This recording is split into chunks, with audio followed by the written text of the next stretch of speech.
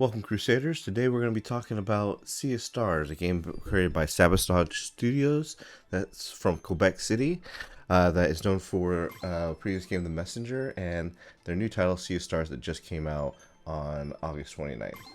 Now, this game is kind of something I've been expecting and waiting for because it was inspired by the old RPGs of the SNES era.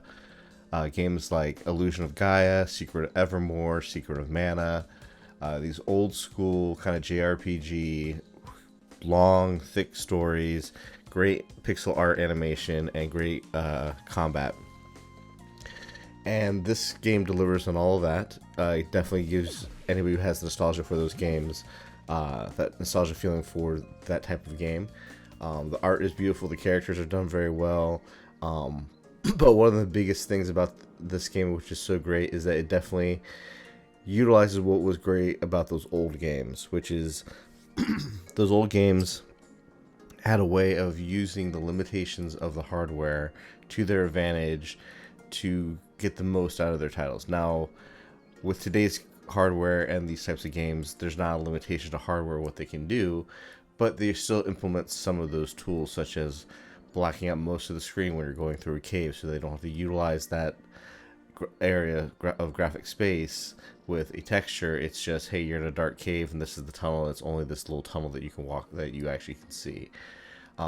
Using verticality in ways that other sprite platformers or RPGs don't usually use, where you can climb up ledges, climb up walls, and using its tools in interesting new ways.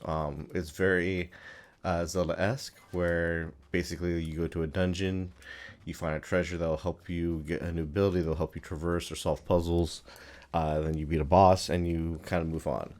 But the story is written really well. You can get to pick between two different main characters, which you can switch on the fly if you want to. If you're bored using one, you can use the other. It has a dynamic combat system where it's not just a push your attack button and wait to see what happens. You have the abilities to do extra damage by having interactions like hitting the A button when your character attacks hit to do extra damage. They're like almost little mini games where one of the attacks has a rebound deflect method, where basically it can go on forever as long as you can keep the deflect going up. And multiple characters have different abilities like this, as well as a cool combo system where all your characters, not only just the two main characters, but anybody who's in your party can actually team up and do a little bit of a power attack with another character that builds up over time as you fight. Again, the art style here is done really, really well. It's very reminiscent of a mixture of, I think, Secret of Mana and Illusion of Gaia.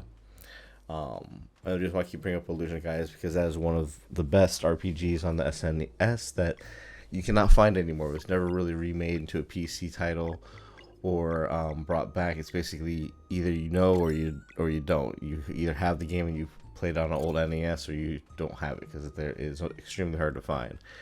And that game had almost the same thing here, where you start off with a bunch of childhood friends who find themselves going on a venture around the world and picking up new friends and new companions along the way until the world-ending problem is finally solved, basically. The other things about this game, really great music. Like I said, really great use of pixel art. And it doesn't go to where games kind of went when the PlayStation 2 came out, and you basically had gone away from pixel art and tried to smooth things over more with a 3D model. This takes it just to where the peak of pixel art was at, and leaves it there where it's highly detailed, but still pixel art. But it doesn't go beyond that, where that's where a lot of games went, especially with like Final Fantasy, when they went away from pixel art and went to more like these blocky 3D modelly characters, to pre-rendered CG cutscenes, to when now we can seamlessly blend cutscenes with gameplay type stuff. Kind of the preference to these older games is that they are simplistic but yet difficult. The one thing I would say was my criticism with this, and it's not really a bad criticism, is that the game does offer options to make it easier within game. It does it in a clever way, instead of just having like a cheat menu or an option menu that just sets the difficulty to easy or sets different parameters for you. Your characters can buy these relic items from different shops that have different effects. Some of them will remove the need for you to interact during combat so that your characters will always get the double hit. Or it will make it so after every fight your characters are always automatically healed back to 100%. These are different things that will change the way the game plays so that it makes it easier. I've not found any that make it harder yet, but I've found a lot that will remove some difficulty from mastering the gameplay. And I guess why they do that, so when you're trying to get a broader audience, you don't want to make the game too difficult. But the game does also push that, hey, if you can't do these extra mechanics, don't worry, just think of it as an extra bonus if you can. But there are things in the game to remove those challenges if need be. My criticism with that is because those aren't things that existed back in the SNES days, but like I said, it's not a super bad thing. It's just, hey, if you're playing the game, and since these are items that you can buy in different item stores, for me it's like, am I supposed to buy these and activate them to make the game easier, or are these just optional things that I can turn on? I should buy if I need to make the game easier. It would be nice if there were some that made things harder. Some of them do have positive and negative. I believe the one item that removes the need to interact during the attack to get the double hit reduces the damage by 50%. But other ones where it's like, hey, after every fight you get 100% heal, that's literally just putting the game on super easy mode, so that you never have to worry about healing your characters after a fight. But again, this game is super excellent. Really enjoyed playing it. As you can see, it looks great. The world is very colorful and inviting, and something you want to explore more in. And the writing is done well with all the characters, and that you don't feel like any of the characters, as much as they may be underpowered to others, are a third wheel or a nuisance. And that's one of the great things about Illusion of Gaia, where you had a bunch of kids who at first, some seemed like they were one would be the powerhouse, and some seemed like they're going to be useless.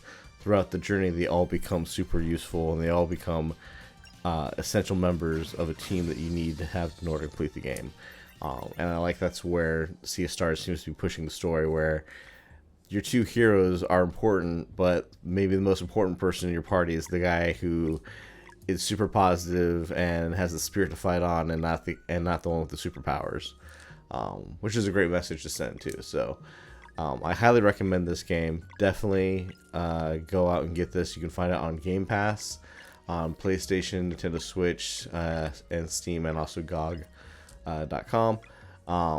Definitely worth it. If you have Game Pass, absolutely pick this up. This is a great game to have, and this is one of those games that you'll be sorry when it's gone.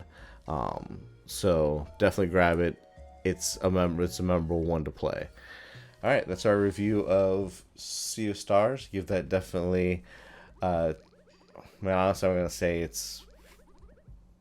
Can't really. I'm gonna say it's a 10 out of 10 game. It's definitely worth playing. It's one that you shouldn't pass on or miss. So check it out. Again, it's on the Switch, the PlayStation, Xbox, and Game Pass. Also on Steam and GOG.com. All right. Thanks for watching, Crusaders, and we'll see you next time. Be sure to hit that like and subscribe, and we'll get you more reviews. All right.